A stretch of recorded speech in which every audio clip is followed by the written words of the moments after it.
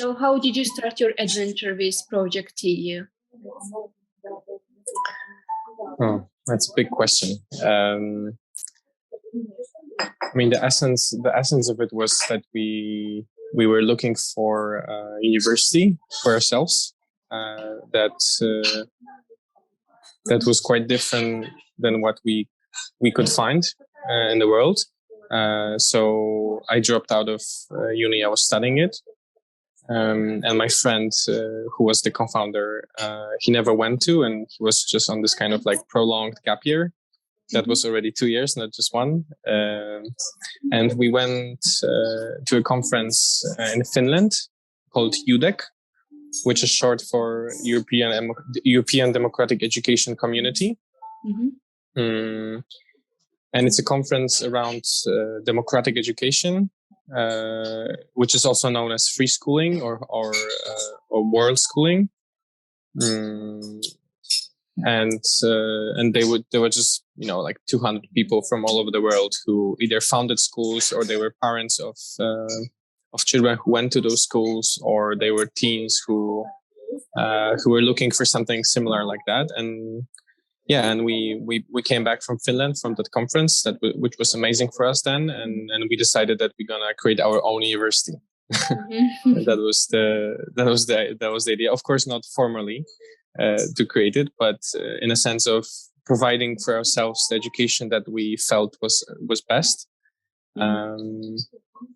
Yeah, that was the beginning, and in the beginning, what it meant was that it would be much more participatory. That it wouldn't have parts where you are like forced to study something that you don't feel that it makes sense just because it's in the program or something. And we knew already at that point that just from the very basic understanding of contemporary psychology, it doesn't make any sense to study something that you don't understand the meaning of it, and you don't have motivation for it that is coming from inside of you and not from authority outside. Especially authority that you don't trust and you don't actually have respect for them because you just met the guy, and just because he has a title doesn't mean that you have a deep respect for who he is as a person or she is as a person, which is a different story. Then there's a role for authority, but it's not the case at university very often, or it's very fake authority just because like somebody has done studies and they have a diploma. So yeah, it was very very kind of rebellious and very, very looking for participation, looking for inclusion, looking for space for emotions as well, because that's a big part that was missing for us very much, that it was all just intellectual and not connected to the body or to the heart. And we knew that this is actually what is needed. And we want to start a meeting with sharing how we feel, and then we can talk about something else. I mean, very simple stuff. It's completely different. I mean, it got much more complicated and much more simple at the same time right now. But the essence of that was basically, like basic psychology 101 and trying to implement it in the structure of the learning itself. And we were just crazy and we just started doing it. Yeah. That sounds super interesting. And you partially already answered my second question, which was, but I want to still ask you, what was your biggest motivation to start this project? I mean, in essence, was to create education for ourselves that we felt was best. And I already shared a little bit of what we knew about what is that thing. And like all educational spaces and everything in the world basically is based on some kind of story about what it means to be human and how the world works, basically. So at that point, we just had this huge conflict between, what we've been offered and what we already know. We have to add to the equation, like emotions, for example. So we try to do it, as complete amateurs and with no understanding of what that actually means, and and opening, like group therapy processes without a therapist in the room, just crushing planes all the time, Yeah, but this is also a great way to learn that. And at some moment, a few months later, we already had few mentors that were like, recognized amazing psychologists, for example, from Poland, and they started supporting us. And we had a lot of conflict in the team or in the groups, and they just came and then mediated for us. And this is how I learned how to mediate conflicts, for example, which I do as my work right now, partially. Yeah. So that was it. And there was 20 of us in the beginning, maybe, and then 80 at some point. In different cities. And why did you change the project TU to Rosny? Oh, that was long after that, after the beginning. I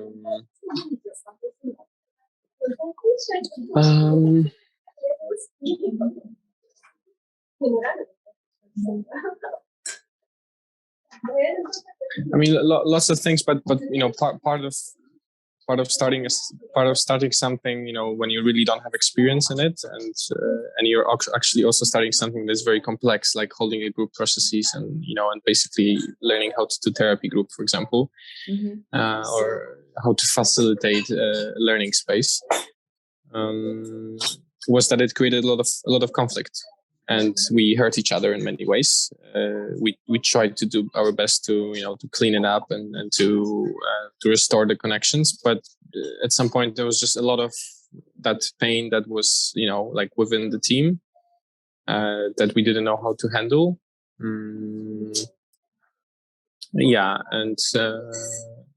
some of us just felt that and that was also me, that like I need to leave and start something new. But there was my partner at that point, Martyna, working partner, who wanted to continue it under the name and under the project. So she's still doing that project, and we sometimes collaborate. Like just a few weeks ago, we just finished a retreat for young women in Polish mountains that we led together. But for me, it was many things. I mean, Rośnie before it became actually Rośnie was a student strike, which started in April 2019 together with huge Polish teachers strike. I don't know if you heard about that. And first we started organizing students to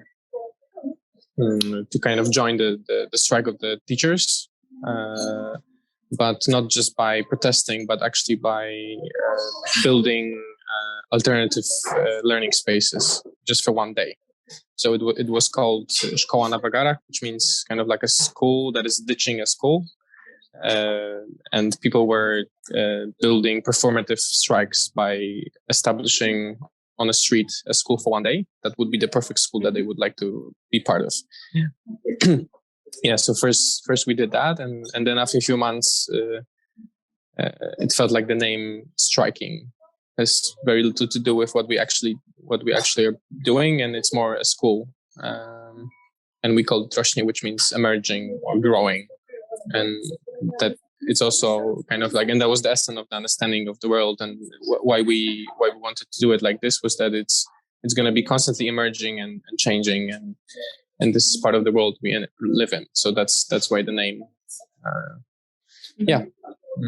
Thank you.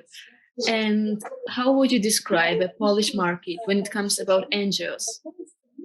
How does it look like for you? And not very much, like in the kind of mainstream NGO part of it. And there's a big industry basically of that. But we're very much on the edge of it. So I did few grants, I did few things like a typical foundation NGO would do, but most of the time was done in different ways, and that was also the part of why I think it was actually good, because it was not so much embedded in the mainstream culture. Like we and this is one of the metaphors that we work more and more often right now, which is coming from indigenous cultures and from initiation education, or like initiatory education, that there's a time in life that best starts when you're in the late adolescence. That after you kind of understood the culture that you were brought in, and you can really figure it out and know how to find yourself in it and be authentic, which is very hard in today's culture.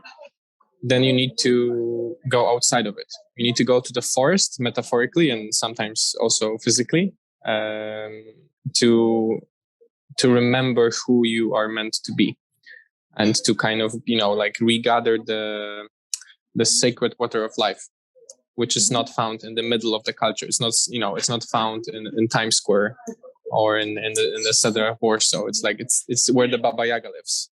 It's a different place.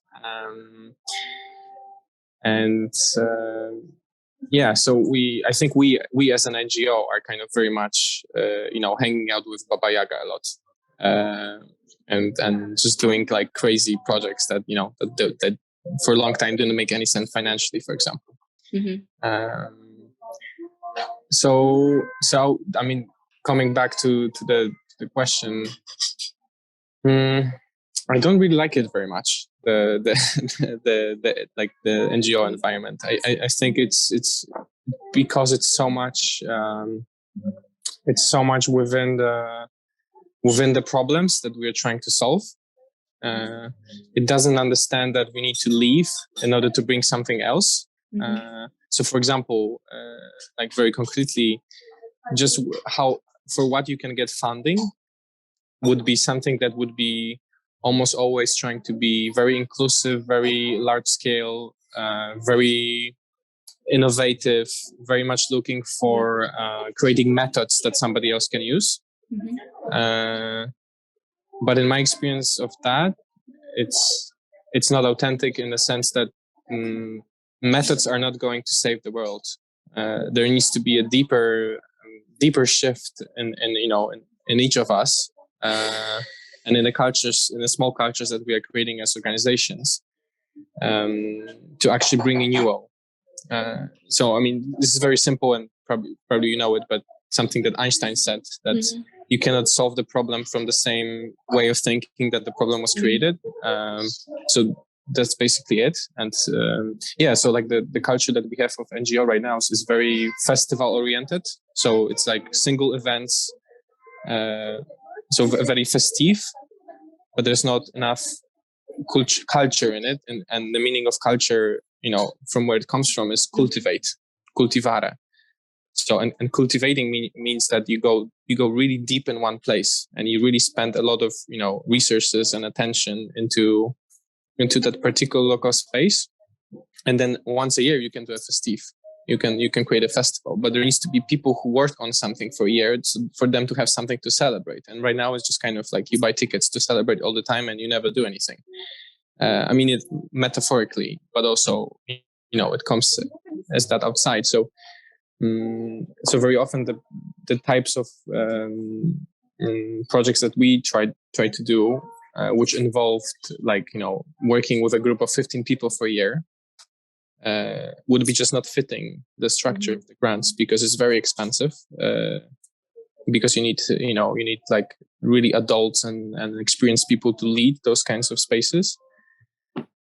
And it's just not fitting the theory of change, basically, of the NGO world, which would be more to make 1,000 accessible online events that will just kind of like, fly on the surface of things. And that's not all of it, of course. I mean, there are many organizations that are doing an amazing job, but if I would speak to the, kind of like to the spirit of the whole thing, it's very much like that. And I think we very much need to do the opposite of it to actually bring meaningful change. And of course, there's a space for, like holding actions. So like if a forest is being cut, like we need to go there and stop it. If there are people dying on the borderline, right, like right now are dying in Poland, of course we need to go there and act fast.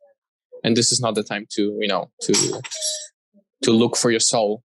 But but there's also a time to look for the soul. And actually, this is where the actual, like this is where the root of the problem is. We need to shift consciousness.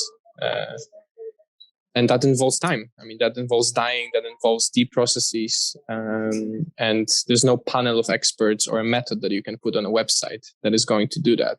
You need to experience it for yourself, and small communities need to experience that for themselves. And this is work for, like generations. And at least you need to do it for a few years if you want to attach it a little bit. So this is my, like, kind of charged and not really appreciative understanding of the NGO world, but I really want to be also appreciative of what they do and of all of the holding actions that they are creating or dialogue spaces that they're building. I just feel that my role and our work as organization is different. We want to be more on the edge of it, and we want to sit with Baba Yaga for some time of the year as well. Yeah. And what kind of challenges do you face every day? What would you say? Have to be more. I think you have to be more specific. This is quite broad. On daily basis, with your working process, with your colleagues, with your partners. Mm-hmm.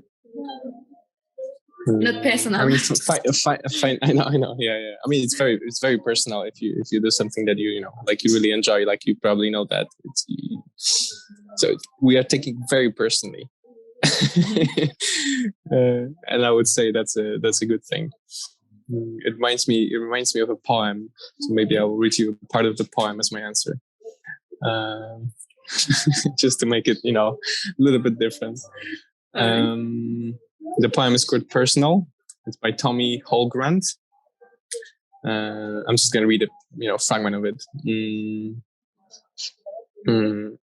Don't take it personal, they said. But I did. I took it all quite personal. The breeze and the river and the color of the fields, the price of grapefruit and stamps, the wet hair of women in the rain. And I cursed what hurt me, and I praised what gave me joy. The most simple-minded of possible responses. That's amazing. Yeah. I mean, and I'm reading the poem for a reason, because it's very, like if you want to be more yourself in a working space, if you want to bring more of you, which is what we need. Then it's going to be messy. That there will be, I mean, there always are things that you are actually bringing, like you're projecting, or that you are aggressive to somebody else, or you're not really listening to them, and all of that stuff is just very hidden. If you have very, like if you have like very rigid, there's no time for emotions. You just go very fast, and all of that bullshit that is present in the organizational culture. Mm-hmm. It's still there. It's just not, it's not openly kind of held and discussed. So it just creates, the world that we have. But if you open that that box, first things that come out, it's not going to be, smooshy animals and, just we're going to have a good time. It's going to be a lot of dark energy that was stuck there. So, and this is exactly what I told you in the beginning about why I changed the project and all of that, because we started opening that box, and there was a lot of trouble that was coming from there. Like elders say, when you when you push something away, when you abandon something, it grows hostile towards you. So you need to work with that. So big part of the challenges that we have all the time is how do we make space for all of that stuff that comes out, all of the trauma, all of the projections, all of the unresolved things that we all have, and at the same time we're not here to do that. We're here to build something else. But I would say, if I would be honest about what we did for the first 3 years, it was, we were bullshitting ourselves that we were building a project in an NGO, but actually we were just, working on ourselves and creating basic understanding of who we are and how could we have conversations and take responsibility for our emotions and all of that stuff. And I work with organizations right now, and I support them with exactly that. So like how do you bring more of you to the space and not create only trouble? Like how can you still be working on something? So we have a lot of that stuff. That is a daily challenge. And financing is another thing that is very complicated for us. And part of it is just because we haven't found ways to get money from different kinds of grants and all of that stuff. So we're partially getting it from people paying for it. So it's more kind of like client based model. But we try to make it quite inclusive still. So the price is not very expensive, and that means that we don't have enough money. And also a big part of what I was doing for the last 5 years was about working with young adults. So people between 20 and 26 typically. And this is a group that just doesn't have money very often. So you cannot ask them for for €400 a month to pay for the program or something. And this is how much it would have to cost actually to offer something like that for us. So that's another big challenge, and that's the biggest challenge that we have right now, working on a new project, which is creating a high school. So I would say these two things. Yeah. And how do you find partners and participants in your projects? What is your criteria, or what is the process? It's very different participants for different things, because we work with organizations, and we help them with organizational change and management and leadership and stuff like that. So that's a very different group. Right now we're working on a high school, so that's parents with young adults and young people, teenagers. And for that is also very very specific kind of people we want to have there, because the school is going to be very different than a typical school. So we say that we're recruiting actually a family, not just a teenager. Because if we are not going to force them to study something they don't understand, or we're gonna do, I don't know, lessons around emotional work or healthy intimacy in sexual relationships and things like that, this might be troubling for some for some parents. So we are really being explicit about what we offer, and we try to be, and we kind of sell ourselves in a way that would be hard to want us. Because if we don't, then there will be trouble, later in the process that will take much more energy, actually. So it's better for us to invest in really finding the people who are exactly open for what we can offer, and spend more time there than to have trouble and misunderstandings later on. And for the kids, that would just mean, a lot of pain, because they would have to, switch the school or something, which is not something you want to do in that age very often. And maybe last group, young adults, again, very different story. Right now, what I'm looking for as a guide, as a healer, as a coach, is just really honest search and willingness to question the beliefs that you have about yourself and the world, basically. and this is this is what I'm looking for. So it's not so much about the outside, like if somebody has done 1,000 projects or all of that.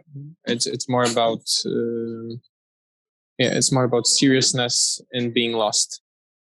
Kind of like how seriously lost you are and how much you're admitting that. In a very good sense of being lost. You mean like really being honest with yourself, that you have these big questions like, who am I really? What is love? What is death for? What is a true community? What is my mystical gift? Because these are the questions that we work with. So that would be one part, and another would be about the level of development. I will ask you next question, if you don't mind. Yeah, of course. Okay. All right. The next question is, when it's about partners, do you have different approach for foreign partners compared to Polish ones, or you just choose the same approach? I think that the question about partners is very much, connected to what's the financing structure for typical NGO, which is like, a lot of collaborations with different organizations from all over Europe, typically. And we don't do that very much. But when we did, and when we do collaborate, but it's not within a grant.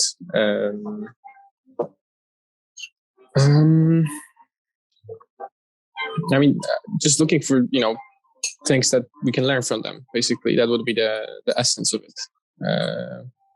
So there are many projects in Europe that are doing really wonderful work in a kind of similar areas than we are. Like for example, there's a school of myth and stories in the UK that I'm studying at right now as well. So like we would choose them just because they have amazing guides and mentors, and we can learn about how to facilitate these kinds of processes. Or if we would find a high school that is doing something similar to us, which I haven't found yet, then this would be it. And that would also mean that they would be very good at collaborating, very communicative, like open, all of that stuff. Because you just need to be that in order to create something like this. Like they wouldn't be able to bring education like that to the world if they haven't figured it out for themselves within the team. Of course, I mean, this is this is self-explanatory, but so this was the thing that we looked for before as well, and this was also the thing that we learned the hard way, that like when we chose a partner who didn't know how to communicate and was not really interested in co-creating, but was more kind of like we just need the money from the thing, then it was very hard to do something, of course. So I would say that just like if you really have the same purpose, if you can learn something from them, that you are like actually honestly curious and you just admire them for what they do in that part, and if they can collaborate, if they can be honest, and and be responsive, basically. Thank you. And the second question is about supervision. What does supervision without supervision mean to you? It's supervision without having a supervision. So the second supervision has a break, should have a break between the words. It's just a play of words that I use when I support teams. That I'm not coming with like with a vision for who should they be. So I'm not coming to like to train them in some kind of method or to try to put them into a box that I already have for something. But still, there's this knowledge that I'm bringing. There's the understanding of the processes. So it has that supervision part. Like like therapists have supervisors. Supervision for themselves as the practitioners. So, but it's more about, so not having a supervision for somebody, it's more about meeting people where they are, understanding that, and helping them build on their local genius that is there.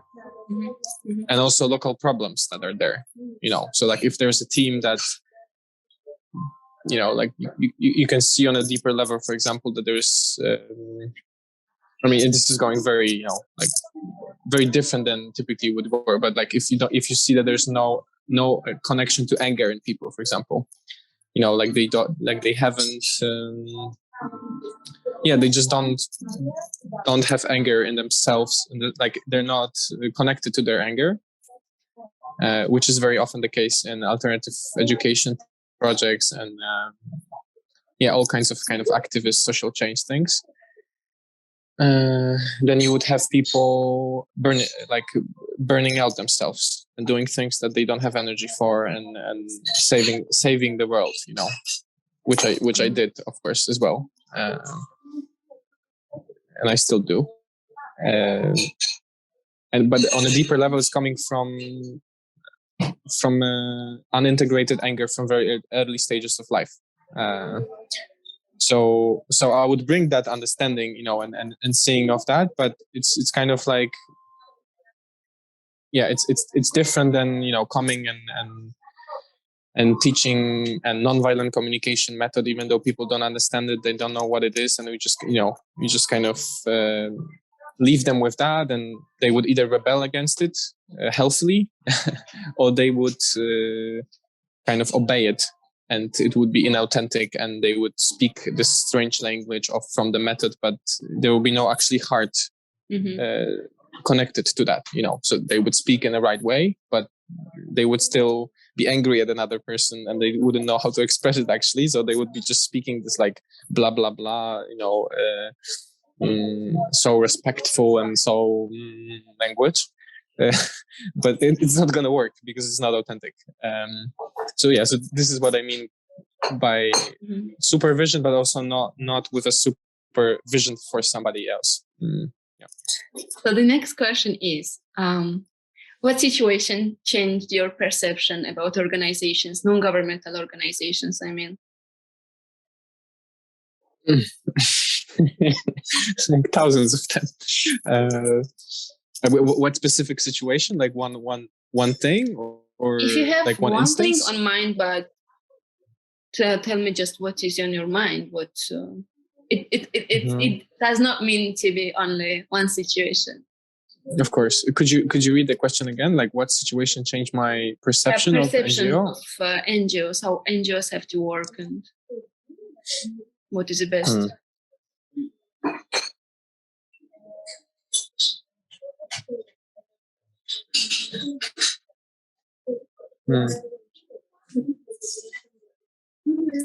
No, probably this is something I already said, but it's the core of the shift for what we do.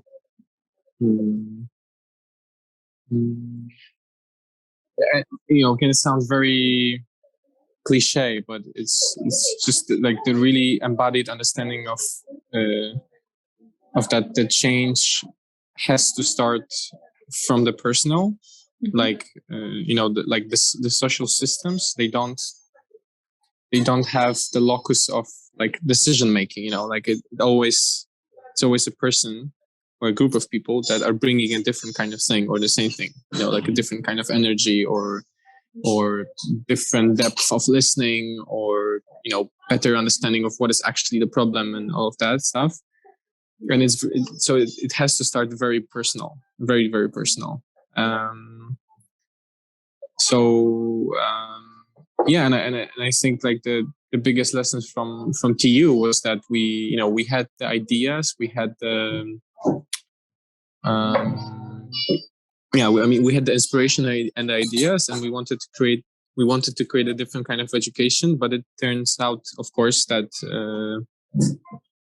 it requires a deeper shift in us first. So, like we had all the ideas that we're going to have a true course, organizational structure is going to be network, flat, no leader, no hierarchy, and, all of that. But then, like most of us wanted to control the group and didn't give space to others, and we didn't know how to listen. I mean, of course, how can we know if we haven't been in a space that was actually different than, so like we came from a culture that didn't give us the experience of a mature collaboration, for example, and a mature learning structure. And then we thought that just because we read a book about it, we're going to be able to bring it into the world. And of course we didn't, like it was just really incoherent.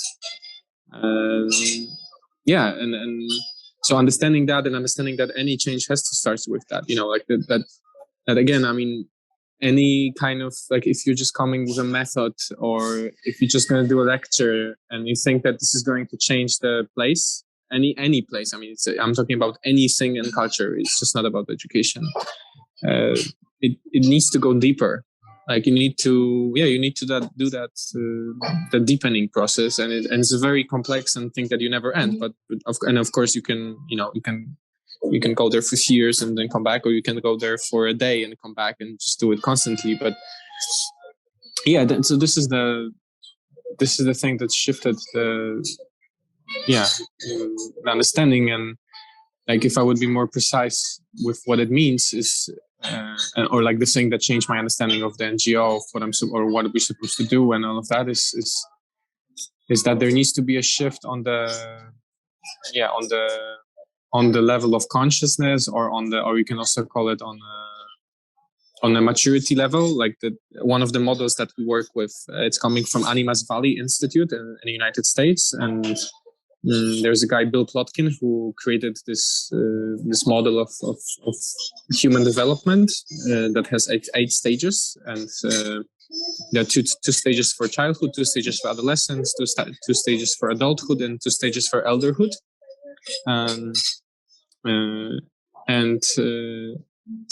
And what is the difference between stages is that you have different relationship to the world.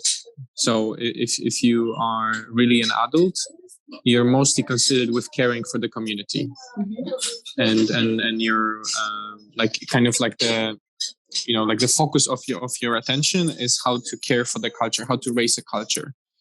And before anything before adulthood is very egocentric it could be in a good sense, like you're developing your ego, you're fighting for your place in a community, you are finding authenticity, or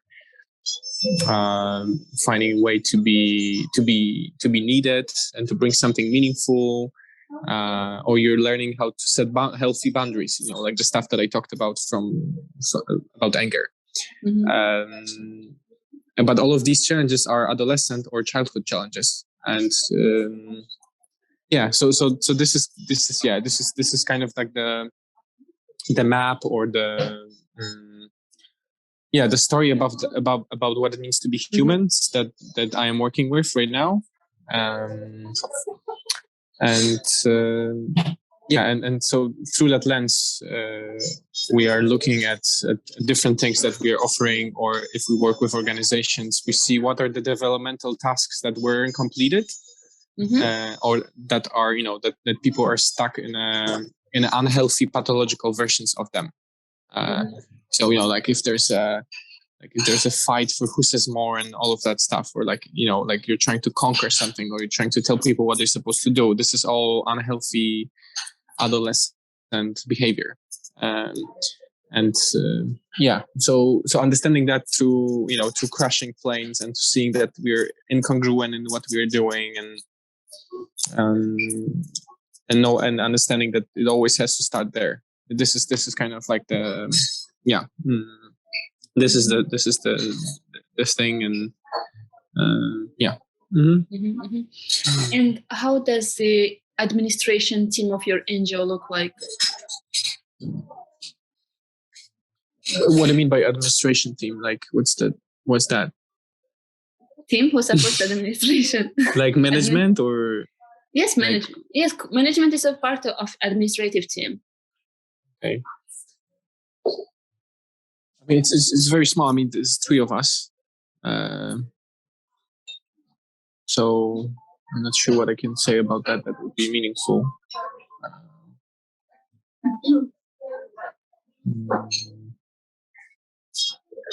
Hmm. I mean, one thing would be just like having clear understanding of what are the gifts that we're bringing. Being real. This is one. What? Being real and honest. Yeah, with exactly. And understanding that we are doing it. The big part of why we're doing it really is about that. There's something we personally are learning from this. You know, like that. Like me, for example, like I have too much.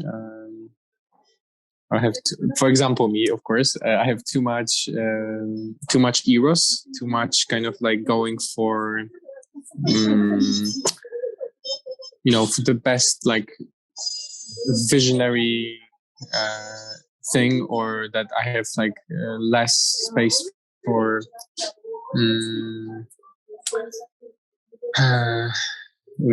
for mistakes and for just for diversity as well. And so there's like too much of me just wanting things to be the way I want them to be, and not staying with the difference. So that's one of the things I'm learning right now from amazing people I'm working with that have much more of that, the kind of like much more of the feminine energy, and much more of the commitment to one space and to, so in my stage in life right now, I'm learning that, like I'm shifting from exploration and wandering and, doing all of these like really crazy fast, fast, but like not like huge organizations, but like not like huge programs, but like, smaller things that were okay for that period of time. Right now we're shifting into grading high school, which is a very different thing. There's going to be 60, 80 people with us for a very long time, and I have to work there for 10 years for that to make any sense, at all. So I'm collaborating with people that are good at that, and I'm learning this from them. So one of the questions that we ask ourselves often, and also I ask other organizations, is to express that openly, like what I want to use you for my learning, like, and they say the same thing. I mean, they have another thing that they are learning from me,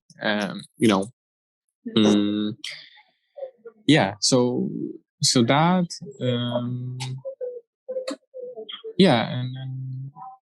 that would be probably the two things that are really, really crucial for us on in the way we collaborate. Because then you can create a structure that would be really supporting the real task that you're trying to fulfill here, and not something else just because we have to do it this way. Or we just stay on the surface and we don't actually know why we're in the project. We think that we're doing it for saving the world or helping children or all of that stuff. I mean, it could be a part of it, but most of the time it's 10% of that and 90% of I need to learn something and I need these people to learn this from. And if I make it transparent, then I can really learn it and they can support me and they can kick me in the ass when I'm, doing the old thing that is not serving us anymore. And lastly, I want to ask you about future goals of your organization. Tell us few. Of what? Of future goals. Future goals. Okay. Yes. Ooh.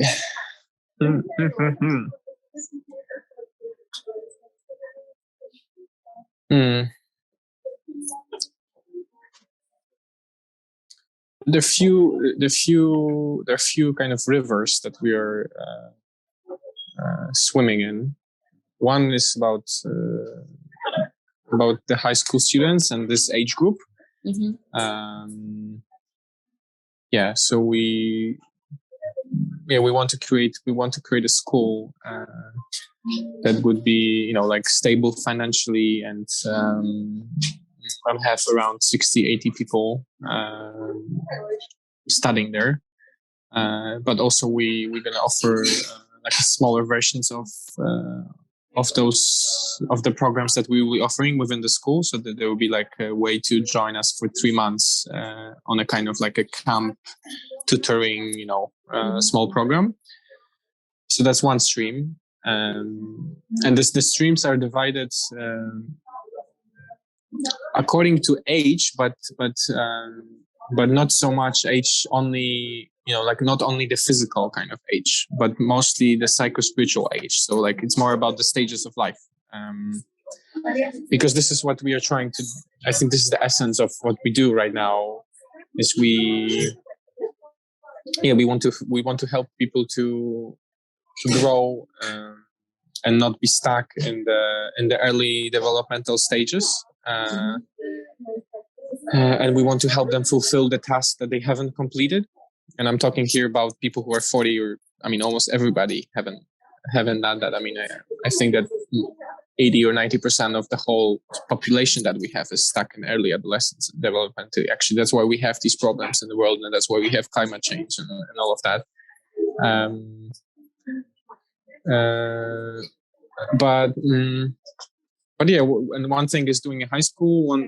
Another thing is working with young adults who are probably a little bit more ready for something that we call late adolescence, or the period of wandering and being in the underworld. So what it means is kind of like it's saying no to the path and to the story about me that the world gave me so far. Like I'm gonna make this career and all of that, and like really stopping and going for wonder, to ask these big questions that I said before. When we're gonna do a little bit of that in high school as well, but being in high school, you need to finish the stuff that's before that more. And then when you're 20 or 23 or 25, you have resources for that, because you're not going to be making very much money then. You go on that wander, and you go for that search, and you go to search for the soul, basically. This is how I would say it, if I would be honest. Like you go to find your niche in the world. Like what am I really meant to bring to the world? What is the mystery? What was my face before I was born? Like all of these kind of like weird imaginative questions. But I really believe that this is what it means to be human, and the definitions of human that we have right now are just not including that. And we wonder why we're unhappy, why we have depression, why we feel like sad backs, and we have all these physical, sicknesses, and why we don't feel at home. Maybe it's because you have no connection to nature, and nature is part of, it's part of the world. So like you can never feel safe in your apartment if you don't feel safe in a bigger world. So I'm mumbling, but we want to establish the goal for the future is to create new kind of initiation pathways and educational structures for people of different ages. And right now it's mostly teenagers, young adults, and people a little bit older than that. So these are the kind of like the three groups that we're working with. And I hope we're going to be able to bring some of that to the world, and to have institutions like schools where people can actually study what they need and not something else.